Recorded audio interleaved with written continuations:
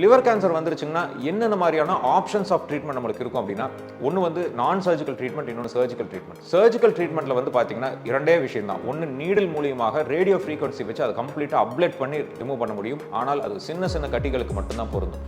ரொம்ப பெரிய கட்டிகளாக இருந்ததுன்னா லிவரை வந்து ரிசெக்ட் பண்ண வேண்டியிருக்கும். அவசியம் இருந்தால் லிவர் டிரான்ஸ்பிளான்ட் பண்ண வேண்டியிருக்கும். ஒரு சில டைம் அந்த ஸ்டேஜ் கிராஸ் ஆகி போயிடுச்சு அப்படின்னா நான் சர்ஜிக்கல் ட்ரீட்மெண்ட் தான் எடுத்துக்க முடியும்.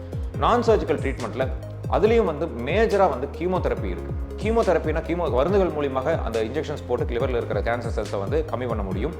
இது கீமோ எம்பலைசேஷன் மெத்தட்னு இருக்குது. அதாவது கத்தீட்டர்ஸ் மூலியமாக அந்த கீமோதெரப்பி மெடிசன்ஸை கரெக்டாக போய் எந்த இடத்துல சேரணுமோ அந்த இடத்துல மட்டும் கொடுக்கக்கூடியது. அடுத்த வகை வந்து ரேடியோ தெரப்பி. ரேடியோ தெரப்பிலையும் கதிர்வீச்சுக்கள் மூலியமாக ரேடியேஷன் மூலியமாக அங்கே இருக்கிற கேன்சர் கட்டியை வந்து அப்ளேட் பண்ண முடியும்.